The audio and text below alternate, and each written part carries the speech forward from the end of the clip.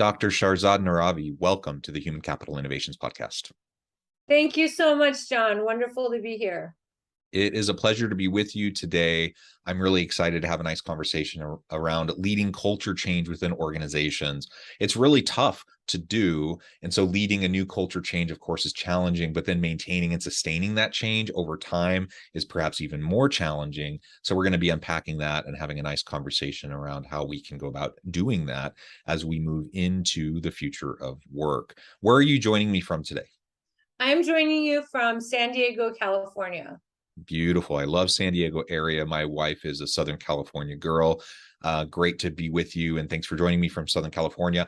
I am south of Salt Lake City in Utah, and we are going to have a great conversation. As we get started, I wanted to share Shahrzad's bio with everybody. Dr. Shahrzad Nooravi is a business psychologist, speaker, author, master coach, and CEO of Strategy Meets Performance.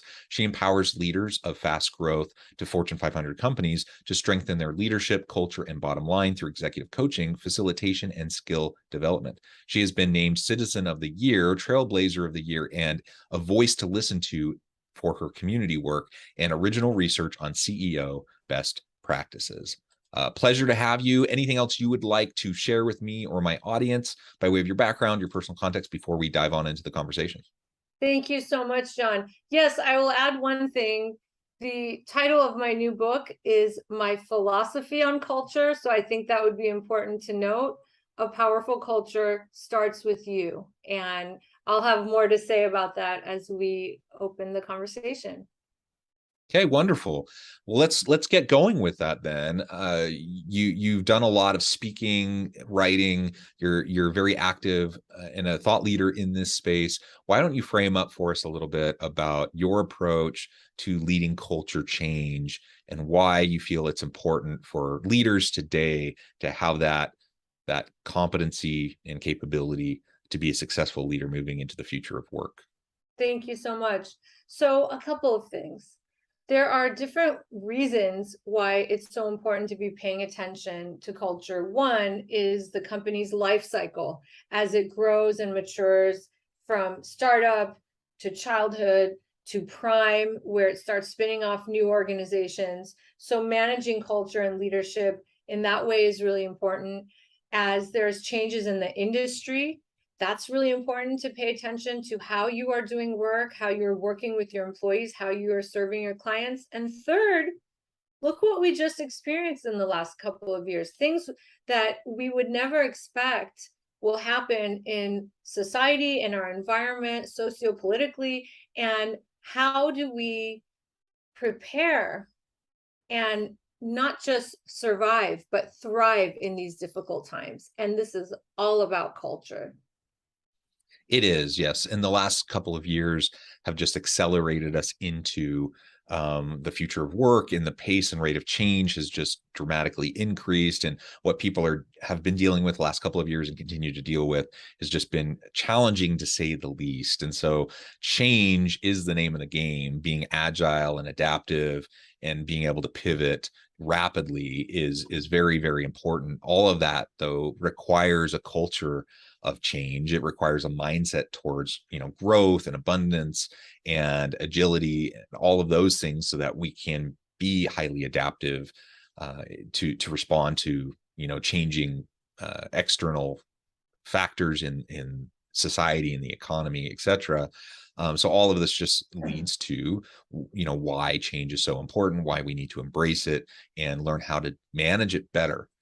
And leading culture change is challenging, as I've mentioned. But once you roll out a change initiative and you go through the implementation process, it's not enough to just go through that process. Then you have to manage it in an ongoing way and sustain it over time if you want it to really have the kind of impact that you were aiming for all along. And that's a process and a challenge in and of itself, isn't it?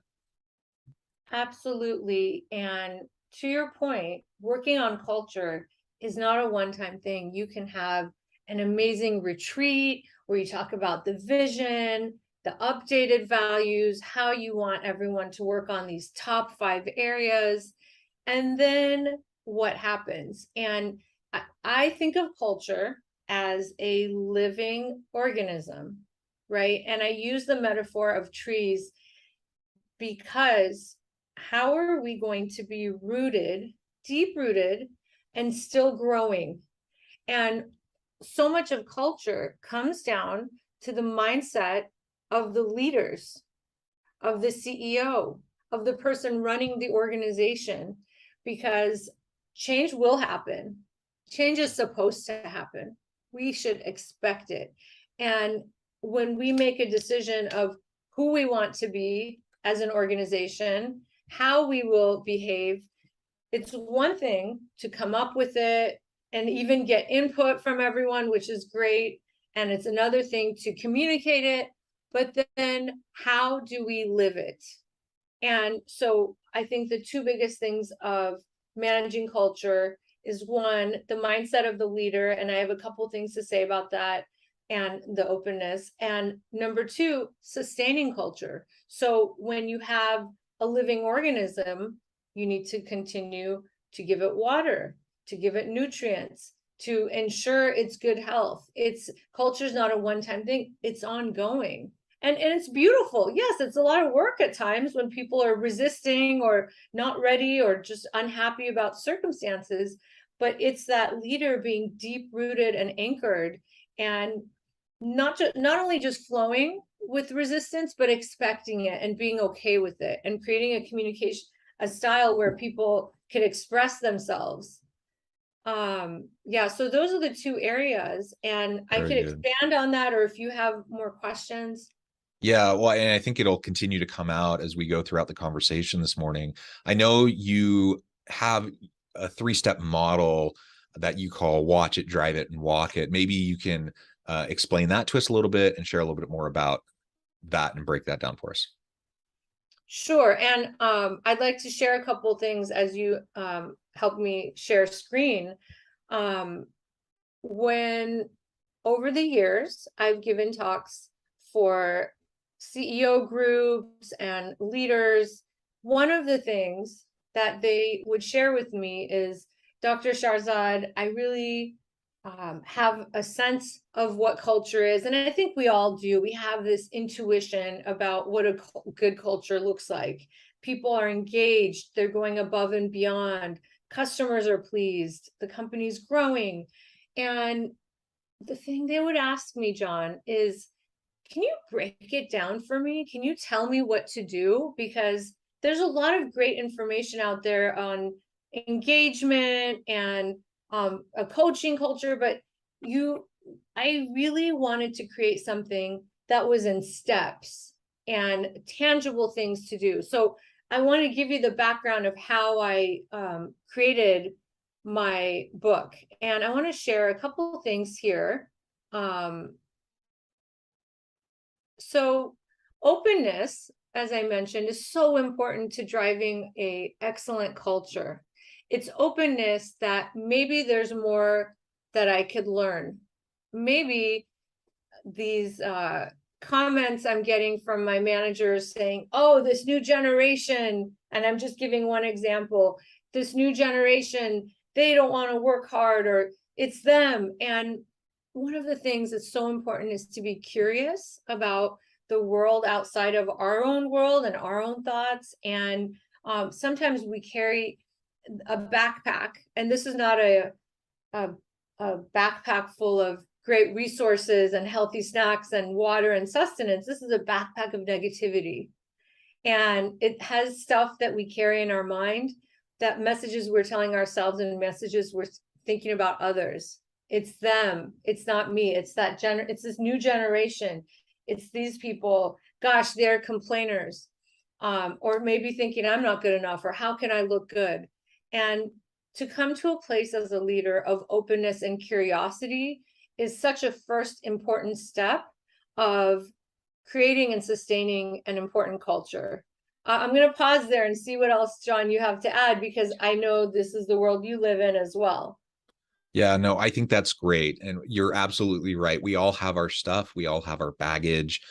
So when we talk about change and we talk about resistance to change and breaking down resistance and generating buy-in towards the change, we have to recognize that every single member of our team, ourselves included, have our own backpacks full of stuff, right? And we have our reasons why we're resistant. And so part of this conversation has to be, how are we going to help people think about their own baggage and work through that so that they can get to a point where they don't have to be fearful of the change that's happening around them, but they can actually lean into it and embrace it and see it as an opportunity for growth and development.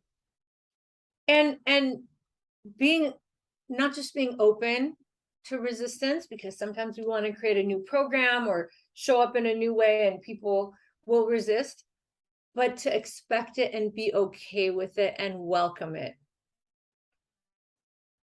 It's a big order, I know. And what it requires is us seeing the world as through a lens of positive intent versus what we often naturally do when we feel like we're under threat. It's in a place of fight or flight. And what you're seeing in this image is a representation of our ego. That's the part of our mind that wants to keep us safe. And on occasions when we are in real danger, it does, but it's unemployed. And so it sees a lot of things as danger that's not dangerous. So for example, if someone is resisting a new way of doing things or a new way of managing, there is a lens of seeing the world as threatening and dangerous versus seeing, you know what, maybe this is a good thing. Maybe I could take a bigger step back. And so managing, just knowing, and in my book, I talk about what is the ego? Why is it there? How do we appreciate it, but overcome some of the negative messages we're going to tell ourselves? And that's part of the openness, right? You may have a situation where employees are resisting to the point that it feels like rebellion. And what do we do in these situations? We have to get curious. We have to come from a place of, what is this about? You know, what can I do to understand this and get everyone's input? Because a lot of times leaders will just say, this is what we're doing. And when you take the time, and it takes time to get input, you get everyone on board, you create a different environment. So that's about managing the inner world. So the Yeah. openness is tremendous. Go ahead. No, I think that's fantastic. Yeah. And so my 3 approach model, the first one is, before we do anything, let's take a pause and look at your culture from a fresh set of eyes. It's the same place you've been going in and out of, whether you are the CEO, whether you have employees that you want to seek input from. It's a fresh look, and part of it, and I use acronyms in all 3 because they are memorable and you can go back and look at the steps. And part of examining your culture is asking questions, seeking information, being open to when people give you feedback. And this goes back to the ego, to being open and curious, because it's very easy to feel defensive, especially if you've worked really hard on creating a great workplace. And I have some checklists on things to look at. So depending on where your company is in the life cycle and what things you want to accomplish, these different checklists are things that you and a group of people can go through. And it's very simple. You know, I have items for each one, and it's like a thumbs up, thumbs down comments. And all of these resources I've made available on the book's website. It's apowerfulculture.com. So they're all downloadable. And physical space is looking at, what does it look like when someone, and now that we are in many ways back in the physical space to some degree, what does it look like when someone walks in? Who's greeting you? What's happening? What's on the walls? Do you walk in and there's a receptionist who's just not really paying attention to you and they're just on the phone or on their headset? Or is it welcoming? And do you feel, because you could feel a culture right from the beginning. What kind of communications are you hearing from your leaders about the vision, the strategy, where we're going? What's the employee experience? And this is really important now, as we have the hybrid world. You know, over the pandemic, people were hiring people they'd never saw in person. I mean, it's remarkable. And what's the employee experience from when they first come in and the onboarding to what type of development there is for them? How do they get promoted? How do employees get held accountable? And then group dynamics is paying attention in a group and seeing who's speaking, who's not speaking, what's the underlying messages. Is it inclusive? Is there diversity of thought? And I talk about in the book that you can, through creating the right agenda, through creating guidelines for when you start the meeting, through having people pay attention and making sure everyone's speaking, you really can improve the diversity and the inclusion in the room. I'm going to pause there. Yeah, I think that's also fantastic. I like the way the acronym watch it. For those who can't see the screen, who are just listening to the podcast feed, walk around, ask, seek, explore, take in feedback, clarify and understand, handle your ego, and then the it is inspire a new plan and take charge of growing yourself and your culture. And then you have those 4 items on your checklist that you just talked about, all of which are super important. I think all of those are super actionable things that we can just start doing right now today to start making a measurable difference. It's just exciting to do this and look at it from a new lens. The second step is, how do we create a culture that's open to feedback, that's open to growth? And this is a coaching culture. And I know that the majority of people are not going to take a coaching certification program, which is hundreds of hours of training and practice. However, John, as you know, we all have to coach in our day-to-day lives, at work, with our clients, at home, with our children, with our spouses. Coaching is an ability to help bring out the best in someone. It's asking questions to help them think through where they may be stuck and what they could do. It's asking versus telling. And I see with so many of my clients who are doing great work and very talented, when employees come up to them and ask a question, it is quicker in the moment to give the answer. But to take the time to coach someone and ask questions will now shape new responses in their brain when that situation comes up again. And in the long term, you're teaching someone to fish and be self-sufficient versus giving the fish and giving the answers. And some leaders, the ones who are really honest about it, like the feeling of being able to have the answers. There's an energy they get from it, and I get it. However, if you've seen it, however, if you want people to grow, you have to remind yourself, I don't need that esteem, even though it's fun that I know what I'm doing and I can tell them what to do. I am going to take the time and coach them. And my drive it model, and this could be used for yourself or for coaching others, has questions under each of the steps, because I wanted to give a tool that people can immediately start using. And the first one is determine the challenge. Sometimes the challenge is obvious. Sometimes we have something bugging us and we're not sure why, and we're not even sure how to articulate the problem. And so creating a space for someone to determine what that is, to give someone a chance to dream about, what if this challenge were resolved? And I wrote, reflect on what making this change would mean to you.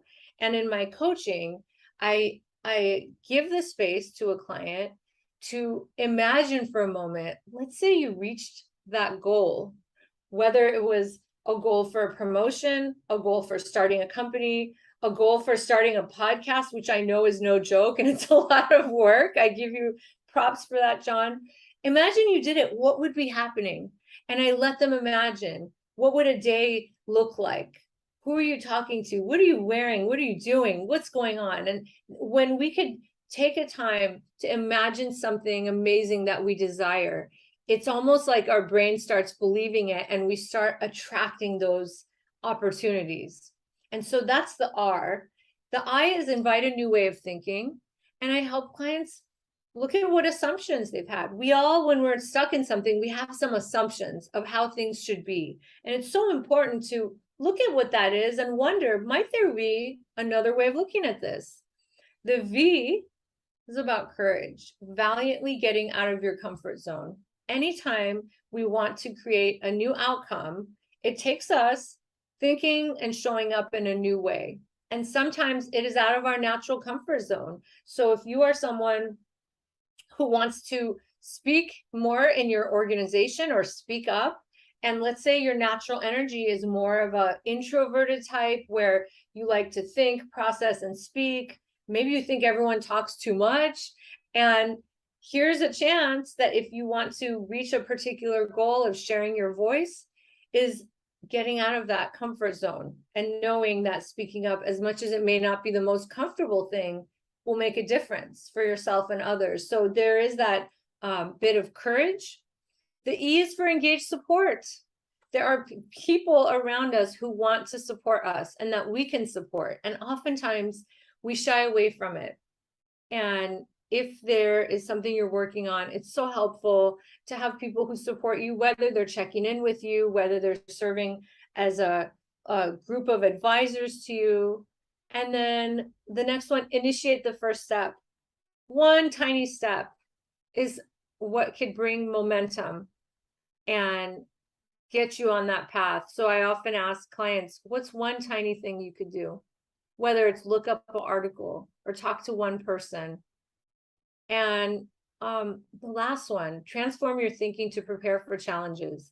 Anytime we take on something new and it's out of our comfort zone and we haven't done it before, it will be difficult because it's your first time doing something or thinking a certain way or showing up a certain way. And what if we were to own it, that this is going to be hard, and be okay with it, and not be surprised by it every day, right? I have clients clients in financial services, and this is a tough time to be in that role because the markets are up and down and people get mad. And how do you prepare for that and show up resilient and anchored and really present? And it helps your clients, but it also helps yourself and your team. And so that's the drive it model and the steps. And there's questions for each of the steps. Yeah, again, I love it. I think you've broken it down very well and articulated many very important aspects to carefully consider. So again, I would encourage the audience, to really think about this, self-reflect on it, and think about those different components. Now, how about the walk it piece? So the walk it, one of the biggest things employees at all levels of the organization are looking for is a senior team that's aligned, that has the same messages, that is walking the talk. It's something we crave. It's something when we see, we feel amazing. We talk about it with people when our company is leading in a way that is aligned with what they're espousing and the values they're talking about.